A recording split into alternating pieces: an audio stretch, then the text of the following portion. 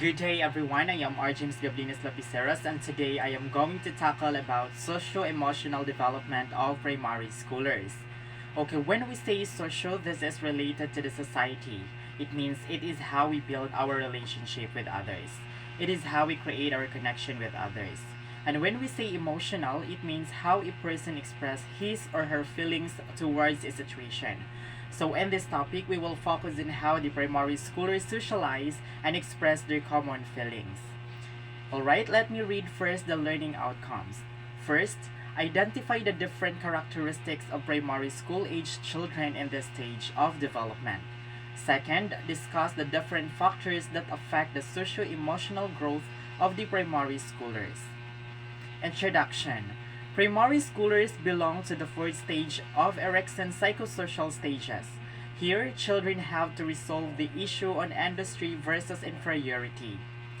So when we see industry, it refers to a child's involvement in situations where long, patient work is demanded of them.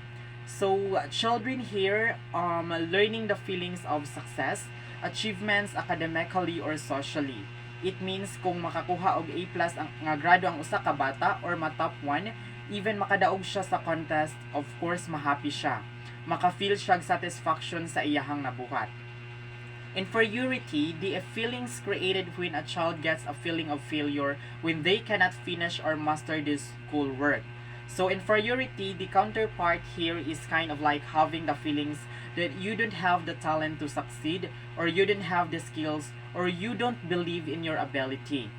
One of the reason di ay pod ani nganong maka-feel ang bata og ging ana kay naa uban nga mga teachers pod nga ginadaw ng isa ka bata or murag wala siya gina-encourage, especially sa iyahang parents. Wa siya gina-encourage nga bisag magkamali siya, bisag naa siya mali nga mabuhat or maka-feel niya nga mo go on gihapon siya. The encouragement of parents and caring educators helps to build a child's self-esteem, confidence, and ability to interact positively in the world. So, it is important sa mga parents, sa mga teachers na i-encourage ang mga bata aron makabuild ilang self-esteem, self-confidence, and they have the ability to interact positively in the world. Understanding the self. One self-concept is the knowledge about the self, such as beliefs regarding personality traits, physical characteristics, abilities, values, goals, and roles. So, diri nga part is ang child nagkahinay-hinay nagkahibalo sa iyahang mga abilidad nga ay how'd ko ani how'd yun ko ana, iyahang values, goals, and roles. Having a healthy self-concept does not mean that a child thinks he or she is better than others. Iyaha lang ma-feel nga accepted siya, ginasuportahan siya, and he or she can feel that he or she can do well. Primary school children's self-concept is influenced not only by their parents, but also by the growing number of people they begin to interact with. So, dili lang di ay mga parents ang naka-influence sa self-concept sa usa ka bata, but also the people nga ilang maka-interact sa school or anywhere. School years. Children tend to become increasingly self-confident and able to cope well with social interactions. Tinaan naman sila sa school, they are able to communicate, they're able to socially interact with other friends or their classmates. Makabalo na sila makikommunicate sa ilahang mga amigo o amiga. And also, mutaas ilahang self-confident kay dili naman sila maulaw nga makigistorya except lang sa mga learners. Of course, if learners ang usa ka bata, maghilom-hilom ra gyud na siya sa daplin. And he or she cannot interact sa uban nga mga bata e naagyoy mga ingana. Fairness and equality become important to them as they learn to care for people. So, ang mga bata di ay ani sa school years, they are able to care, they know how to care to people na. Kabalo na sila mupangga, kabalo na sila kung unsa ang right ug unsa ang fair. So, fairness and equality is very important to them. Let's move on to building friendship. What is a single soul dwelling in two bodies by Aristotle? So, ang single soul dwelling in two bodies, a friend is a relation in a true friend who is one who speak well of you even behind your back. Alright, mauni siya ginatawag nga best friend. A best friend nga always there to listen you og naa kay mga problems. Best friend nga always mo uban kung asa ka, sabay nimo mukaon, sabay mo laag, sabay mo uli kanang mataguan o masaligan sa imong mga secrets. So the meaning of a single soul dwelling in two bodies by Aristotle is friendship. Making friends is a crucial but very important part of children's social and emotional growth.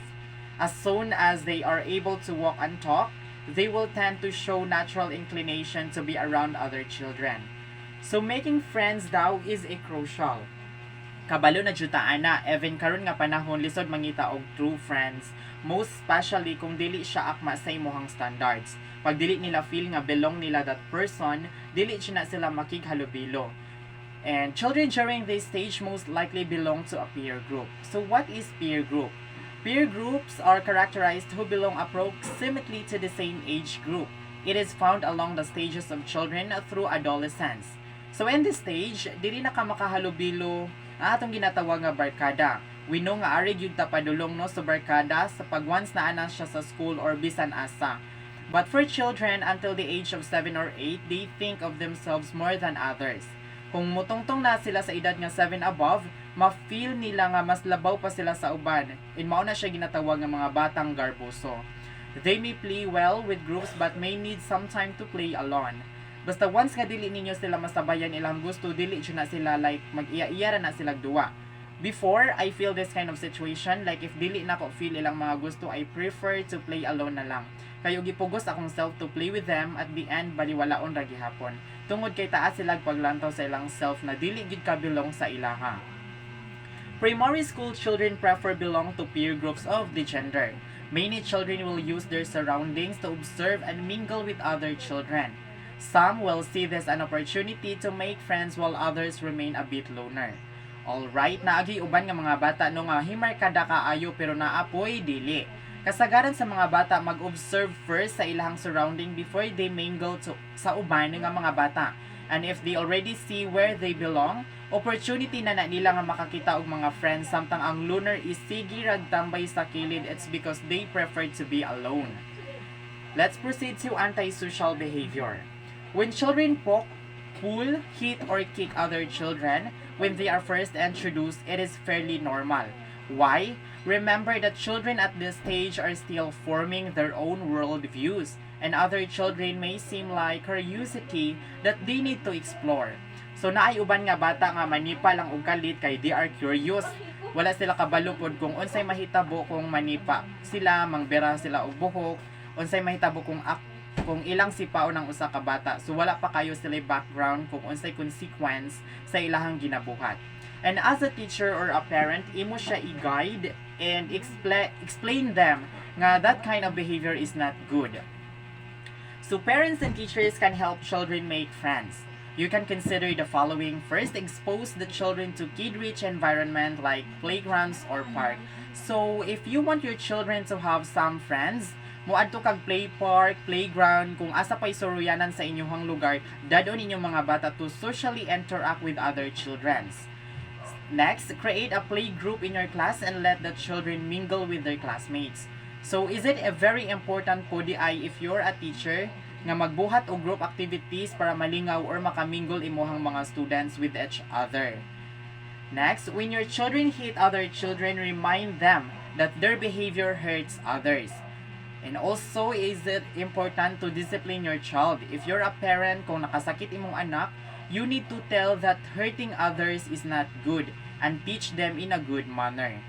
Coordinate with the parents and other teachers so that the children will have a greater opportunity to interact with other children. Next, self-control. Once children reach school age, they begin to take pride in their ability to do things and their capacity to exert effort. So, diri nga part, makabalo na sila mo control sa ilahang kaugalingon. Makabalo na ang mga bata mo exert og effort. And this become a great opportunity for parents and teachers to encourage positive emotional responses from children by acknowledging their mature, compassionate behaviors. So, very great opportunity ni sa mga parents and teachers aron i-encourage og positibo nga feedbacks. I-encourage ang isa ka bata sa iyang pagkahinay-hinay, nagka-mature, og sa iyang compassionate behaviors para ma-boost pod ilang self. it is important also that parents and teachers should encourage their children.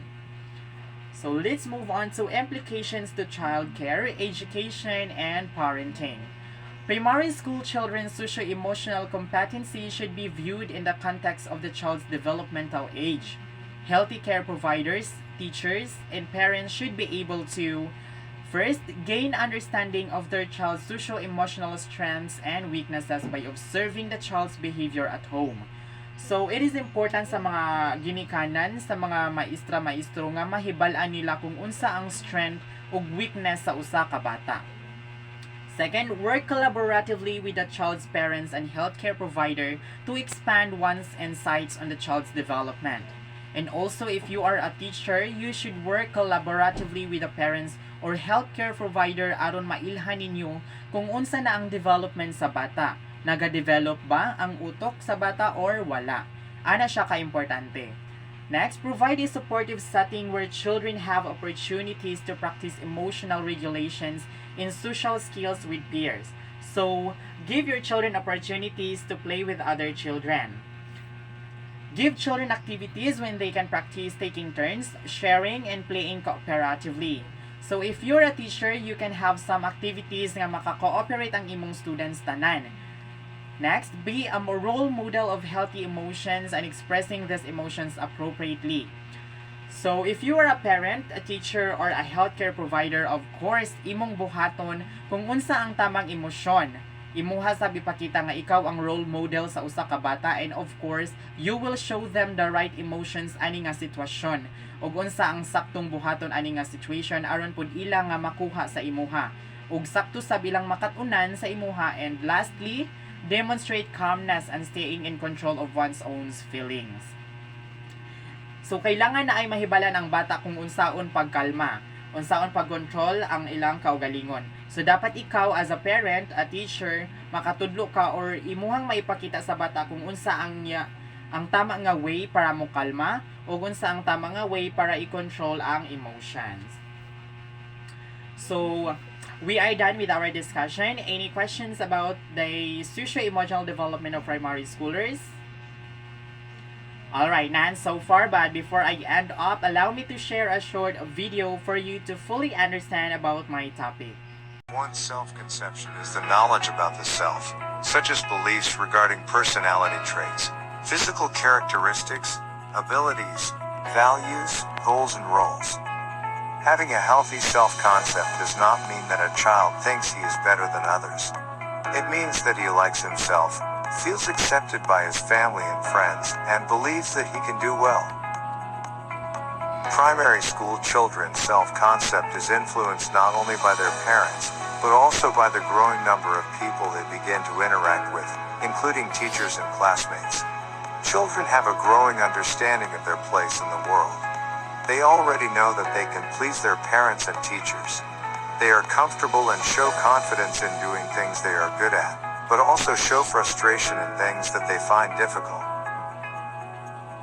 In the transition from pre-elementary to primary school, children tend to become increasingly self-confident and able to cope well with social interactions. They are not focused on themselves anymore, but also aware of the needs and desires of others. The issue of fairness and equality become important to them as they learn to care for people who are not part of their families. Characteristics like loyalty and dependability are being considered, as well as responsibility and kindness. Also, making friends is a crucial but very important part of children's social and emotional growth. As soon as they are able to walk and talk, they will tend to show natural inclination to be around other children. Children, during this stage, most likely belong to a peer group. Peer groups are characterized by children who belong approximately to the same age group and same social economic status. It is found along the stages of childhood through adolescence. Primary school children prefer to belong to peer groups of the same gender. On the other hand, some adult may perceive that some children's behavior towards other children is antisocial. When children poke, pull, hit, or kick other children when they are first introduced, it is fairly normal. Remember that children at this stage are still forming their own worldviews and other children may seem like a curiosity, and they need to explore. Another one is self-control. Once children reach school age, they begin to take pride in their ability to do things and their capacity to exert effort. They like receiving positive feedback from their parents and teachers. This becomes a great opportunity for parents and teachers to encourage positive emotional responses from children by acknowledging their mature, compassionate behaviors. I hope you have learned something in my discussion. Thank you for listening.